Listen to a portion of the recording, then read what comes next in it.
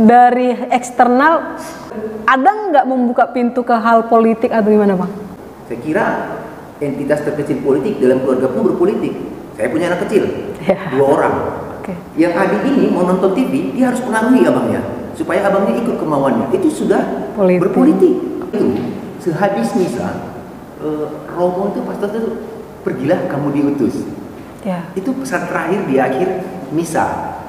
Itu kami maknai memang menurut saya, perlu saya sampaikan ada 3 pilar jadi dalam Tripersetia. Kami menyebutnya Tripersetia, sumpah kami sebagai seorang kader. Jadi menjadi kader yang setia terhadap pimpinan gereja dan negara. Artinya kami setia terhadap pimpinan gereja, kami juga harus setia terhadap pemimpin negara terpilih atau pemimpin negara yang sah. Itu kami dukung. Lalu kemudian kami menjadi kader yang mengabdi. Itu lagi tadi, mengabdi untuk gereja, mengabdi untuk negara. Yang ketiga, kami harus jadi kader yang menginspirasi. Wow. Ini terlalu ini ya sebenarnya ya, muluk-muluk amat gitu kan. Tapi siapa yang mau melakukan itu kalau nggak kita memulainya? Minimal menginspirasi. Betul. Apa yang kita lakukan ini semoga menginspirasi lebih banyak orang. Oh iya, kalau hidup dalam sukacita berdampingan ternyata lebih asik kok gitu. Kenapa kita harus musuh-musuhan, blok-blokan? Gitu. 3 pilar itu kayaknya bisa aku anut juga nggak? Karena nasionalis banget tuh.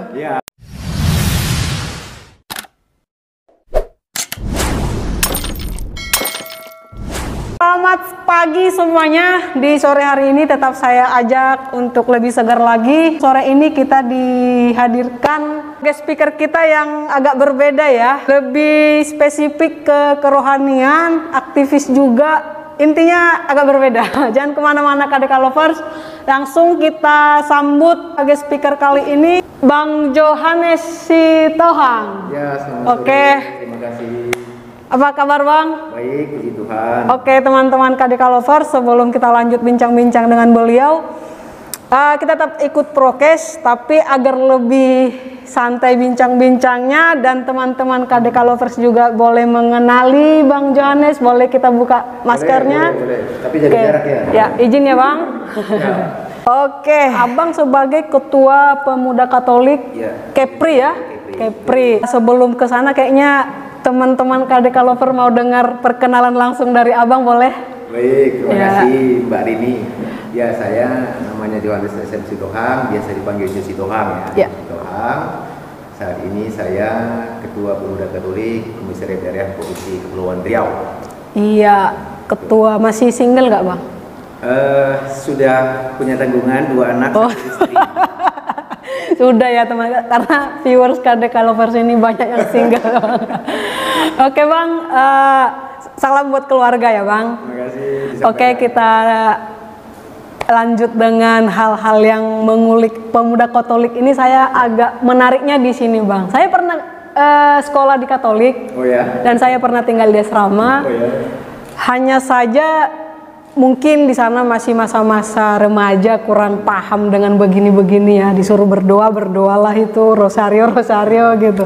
Tapi yang saya menariknya itu pemuda Katolik ini bagian dari gereja tapi berani bersuara di lapangan nih. Pemuda Katolik ini bagian dari gereja tapi berani bersuara di lapangan nih. Bergerak saya akan aktivis.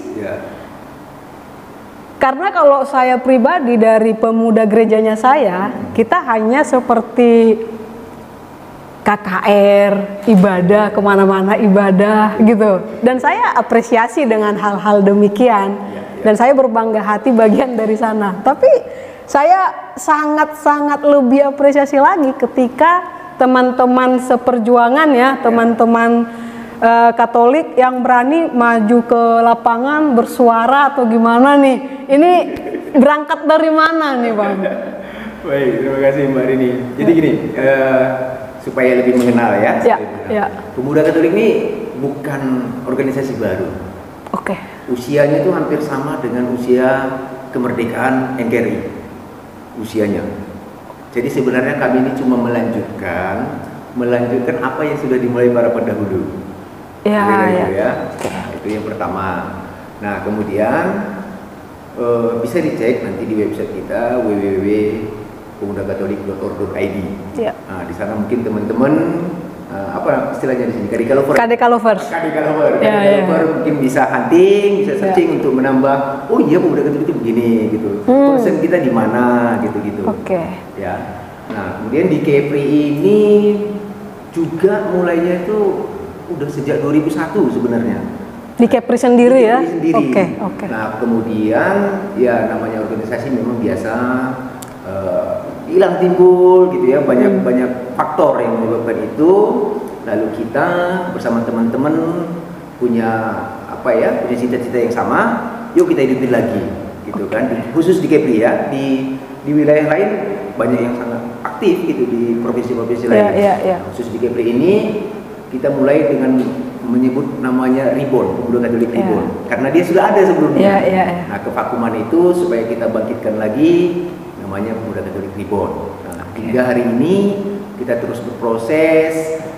Jujur saja sebenarnya proses kita ini masih dalam proses tahapan yang belum banyak bergerak keluar sebenarnya. Kita sedang dalam concern mempersiapkan dari dalam dulu. Menguatkan fondasi dulu. Termasuk bagian ini hari ini kita mau ada KKN gitu. Siap. Kira-kira itu. Artinya sebelum ke pertanyaan tadi aku jadi menarik nih Bang. Pemuda Katolik itu hadir nih. Tadinya sudah ada 2001, ini berangkat dari kerinduan ya Bang. Betul. Untuk membentuk lagi, hadir kembali. Seperti apa situasi yang dilihat sehingga ada kerinduan itu Bang? Ya, jadi seperti yang saya sampaikan tadi, pada dulu itu konteksnya tentu beda dengan hari ini kan. Konteksnya, lalu kalau konteksnya berbeda, tentu misi perjuangannya pun berbeda juga. Benar. Tetapi spiritnya satu. Semboyan kita itu pro ecclesia et patria, dari gereja mengabdi untuk bangsa. Atau kalau bahasa awam, bahasa yang paling gampang itu dari altar ke pasar. Kira-kira itu. Umum ya?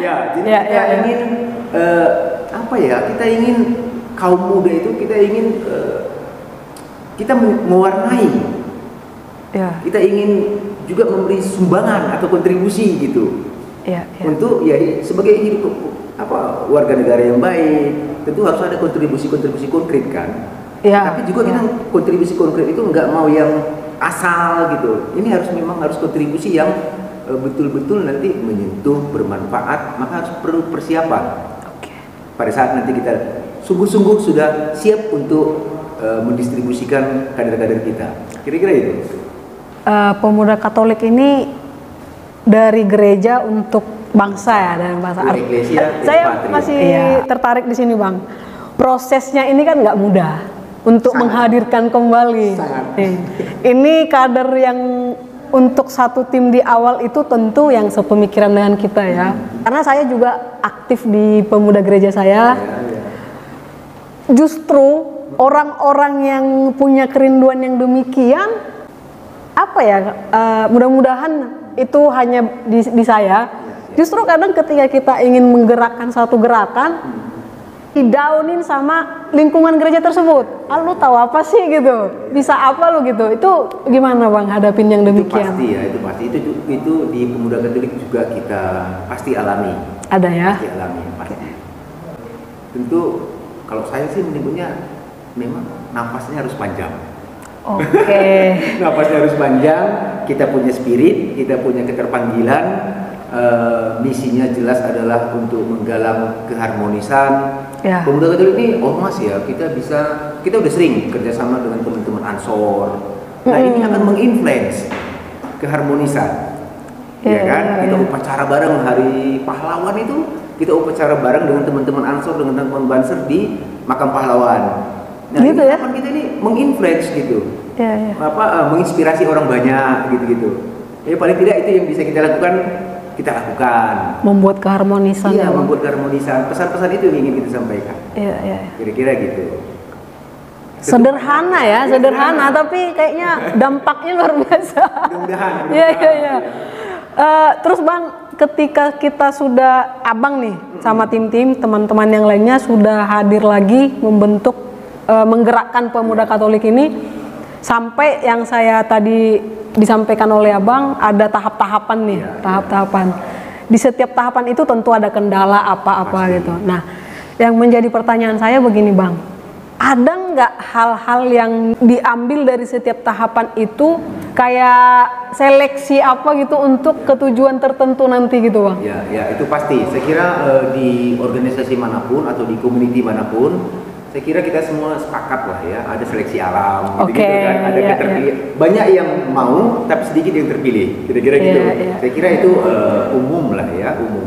Nah, tetapi Pemuda Katolik melihatnya itu tadi, kita punya guidance gitu-gitu, bagaimana cara melakukan ini, termasuk kegiatan hari ini, yang KKM itu, untuk memastikan kita punya kita punya semacam apa saya bilangnya, flow prosesnya ada.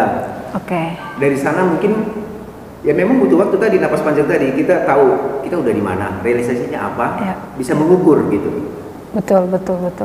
Artinya Abang sebagai ketua ya tahulah kader-kadernya ya. Tapi untuk membentuk kader ini juga bagian dari kegiatan ini ya Bang? Iya betul. Satu lagi Bang, kayak boleh durasi agak panjang nggak ini? Boleh. Panjang. Saya agak free hari ini. Ini Bang, Pemuda Katolik ini kita berangkat dari gereja, tapi yang saya lihat ini kan agak apa ya, membaur ke bangsa, artinya nggak membuat sekat-sekat nih. Tentu akan muncul dari eksternal politik apa gimana? Ada nggak membuka pintu ke hal politik atau gimana Bang? Memang ya stereotip di umat Katolik sendiri itu harus kita akuin. Banyak juga yang berpikir, ini kan organisasi penuh intrik, politik praktis, gitu-gitu ya. Tapi kebetulan ini kesempatan saya untuk menyampaikan gitu ya. Yang pertama, secara konstitusi organisasi, secara institusi ini ya, konstitusi kita itu mengatur Pemuda Katolik tidak berafiliasi dengan partai politik manapun. Pemuda Katolik tidak berafiliasi dengan partai politik manapun. Dalam konteks politik praktis, kita tidak berpolitik praktis. Tetapi kalau kita bicara politik keberpihakan, politik pengaruh, saya kira entitas terkecil politik dalam keluarga pun berpolitik. Saya punya anak kecil, 2 orang. Yang adik ini mau nonton TV, dia harus pengaruhi abangnya, supaya abangnya ikut kemauannya. Itu sudah berpolitik. Saya kira kita sepakat di situ ya. Nah, kalau itu iya, Pemuda Katolik lakukan itu. Kita melakukan pendekatan-pendekatan terhadap orang-orang yang kita anggap agen-agen perubahan, orang-orang yang menjunjung tinggi keharmonisan, hidup dalam keberagaman, gitu-gitu. Berarti saya kira itu. Kita available lah untuk hal-hal yang membangun ya Bang. Tergantung kita ya mau dibawa ke negatif apa gimana gitu ya. Perspektif kalau perspektif kan orang gimana ya, kita nggak bisa membendung pikiran orang terhadap kita. Yang bisa kita lakukan adalah mengklarifikasi apa yang orang sampaikan. Kita nggak bisa membendung pikiran orang terhadap kita. Yang bisa kita lakukan adalah mengklarifikasi apa yang orang sampaikan. Kalau itu merugikan kita, Pemuda Katolik misalnya dalam konteks ini, gitu kan. Tapi kalau dalam membendung hal apa yang orang pikirkan tentang kita, siapa kita? Siapapun nggak ada yang bisa membendung pikiran-pikiran itu. Entah itu negatif, entah itu menimbulkan reaksi-reaksi apa gitu. Yang bisa kita lakukan itu klarifikasi. Sederhana sih. Iya betul. Artinya dalam hal kesederhanaan ini pun sebenarnya udah dampak juga ketika kita berbuat sesederhana itu, menunjukkan jati diri kita ya. Saya tambahkan dikit gitu ya. Ada spirit yang membuat kami meneguhkan misi kami inilah. Kami menyebutnya misi perutusan. Orang Katolik itu sehabis misa, Romo itu pastor itu, pergilah kamu diutus. Itu pesan terakhir di akhir misa. Itu kami maknai memang kami harus keluar untuk apa ya, sebagai orang yang diutus, sebagai umat Allah yang diutus, memang kami harus keluar.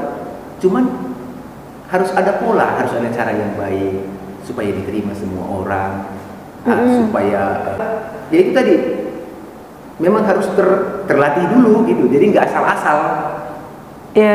Cuman konsekuensinya napasnya harus panjang. Itu tadi ya. Nah, yang menguatkan itu kami ada semboyan, misalnya ada sumpah di Pemuda Katolik ini. Oh gitu ya? Ada sumpah. Kayak abdi negara ya? Ada sumpah, udah kayak bernegara kan? Iya. Prototipe negara memang. Jadi ormas itu prototipe negara.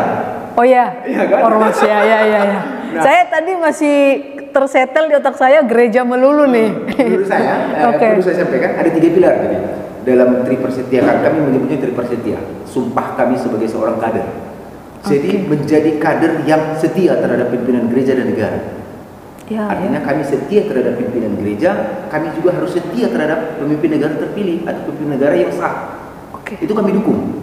Lalu kemudian kami menjadi kader yang mengabdi. Itu lagi tadi, mengabdi untuk gereja, mengabdi untuk negara. Yang ketiga, kami harus jadi kader yang menginspirasi. Wow.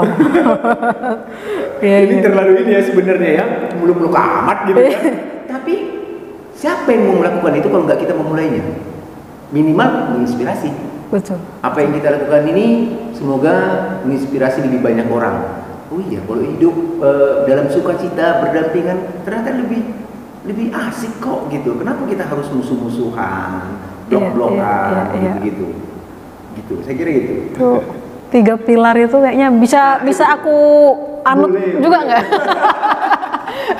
Karena nasionalis banget tuh. Iya. Nah, cuman memang ya itu tadilah dalam perjalanan itu ada banyak faktor yang membuat kita ya kerjaan kadang dalam konteks kita mau berorganisasi kadang-kadang terganggu oleh pekerjaan, keluarga. Karena pemuda Katolik banyak yang sudah berkeluarga.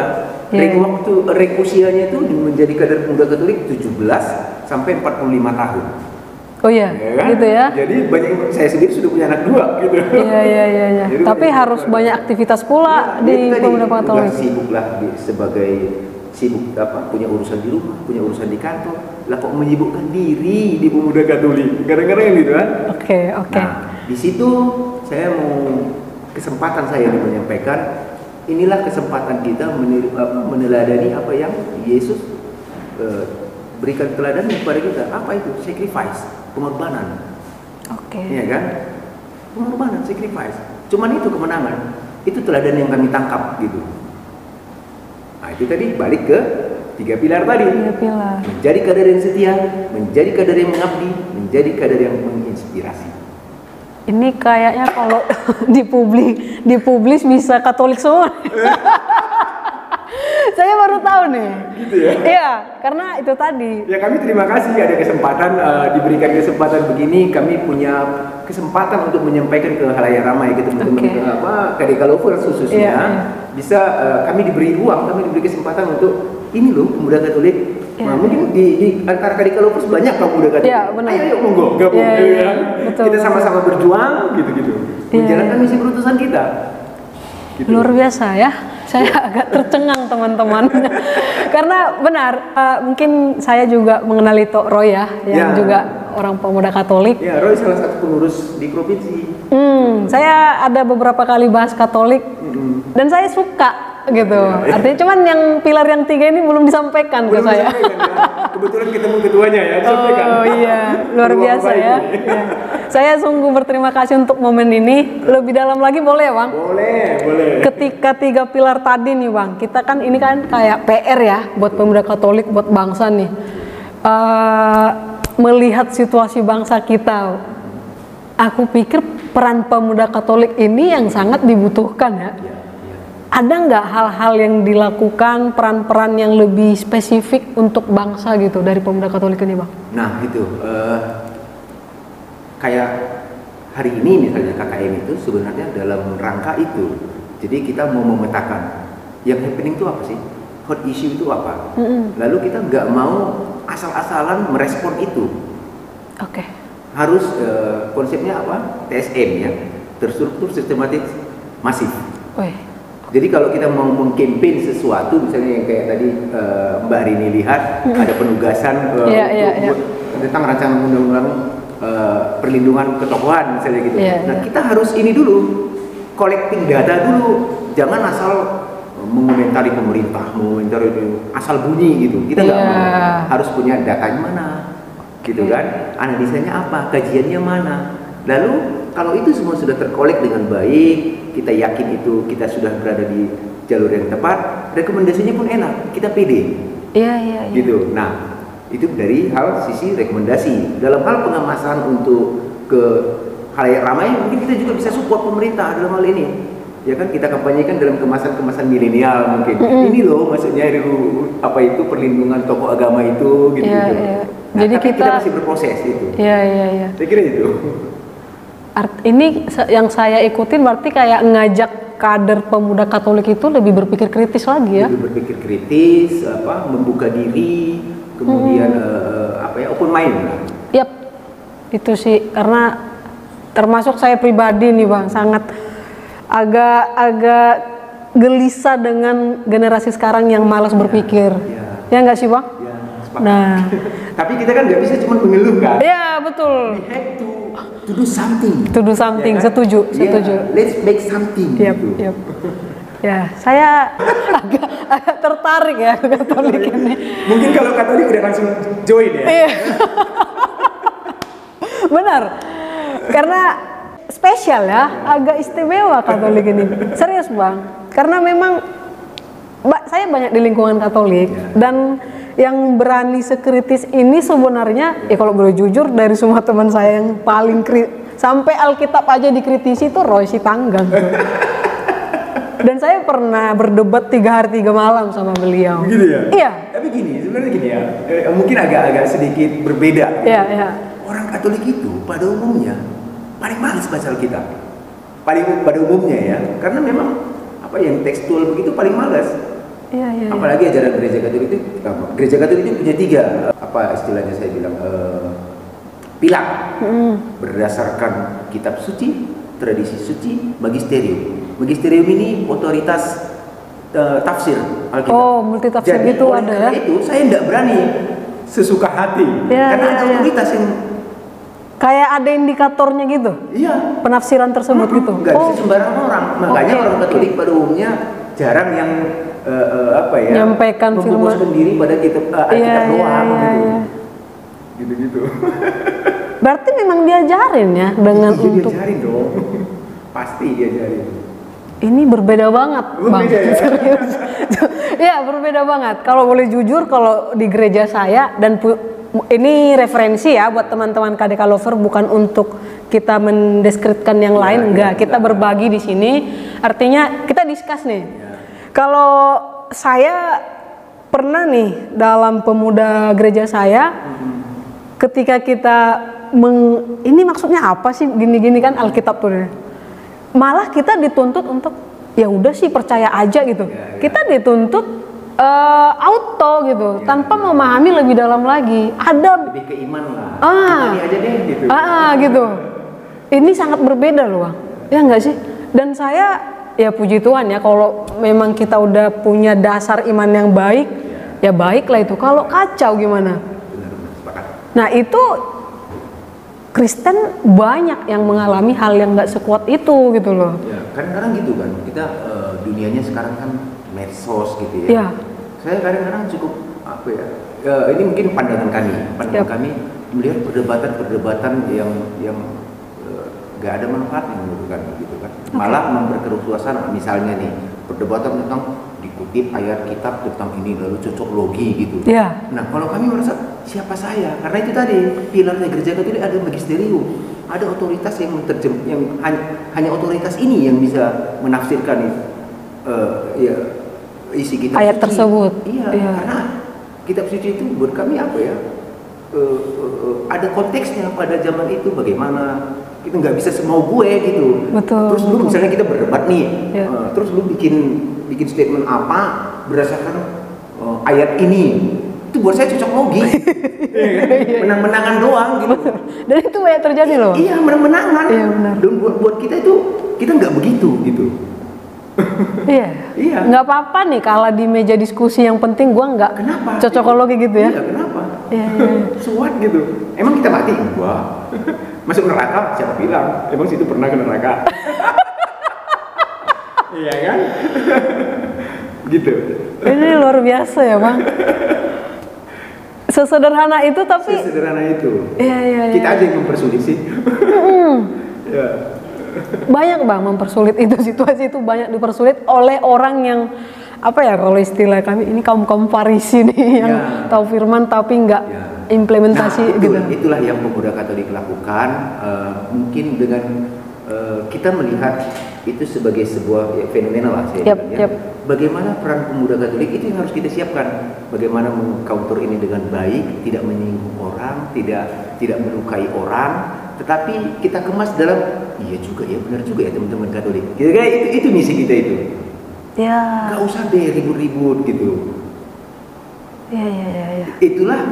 Itulah kenapa kita memang harus mempersiapkan orang, harus melatih gitu. Termasuk hari ini ya, bagian hari ini. Kita mau betul-betul sungguh-sungguh orang-orang yang kita siapkan ini memang orang-orang menjadi agen perubahan atau agen-agen yang menebar kasih sesuai yang ajaran Kristus kan, kasih. Betul. Nggak ada lain. Jangan teriak kasih tapi gosipin ini. Teriak kasih tapi ngomongin ini. Ini kayaknya ibu-ibu di luar sana tersinggung nih. Ya. Kompleks saya itu banyak tuh Bang. Ibadah tiap hari, ibadah tiap minggu, gosip juga tiap hari ya. Nah, mudah-mudahan artinya itu tadi ya, pemuda Katolik, agen perubahan dimulai dari rumah, lingkungan ya Bang, dan harapan bersama lah ke sana Bang. Harapan kita bersama. Sebelum ke sana lagi Bang, saya masih tertarik lagi nih di pemuda Katolik ini, gerakannya tadi sudah berbuat ya, dimulai dari hal-hal sesederhana itu nih. Yang mau saya sampai tanyakan begini Bang, gerakan Katolik ini kan tadi ormas nih, tentu akan banyak berbenturan dengan masyarakat yang tidak sepakat dengan kita dong. Nah, sementara tujuan kita itu kan mau jadi garam. Nah, mau sampai kapan nih pemuda Katolik bertahan dengan 3 pilar tadi walau kita dicemooh atau digimanain Bang? Atau ada beberapa case yang mungkin mulai mencelakakan rule-nya kita gitu. Apa nih yang mau dibuat oleh pemuda Katolik tersebut? Saya kira balik ke yang tadi ya, kita itu tidak punya kemampuan membendung apa yang orang pikirkan. Kita tidak punya kemampuan membatas-batasi orang mikir apa. Yang bisa pemuda Katolik lakukan adalah mengklarifikasi apa yang orang tuduhkan atau apa yang orang sampaikan tentang pemuda Katolik. Kita klarifikasi kalau itu nggak benar, gitu-gitu. Artinya apapun itu ya? Iya, apapun itu. Karena kita kan membuat hal yang baik kok, gitu. Kenapa harus ragu membuat hal yang baik? Iya kan? Iya. Intinya di diri kita dulu ya Bang. Oke, sepakat sih Bang, sepakat.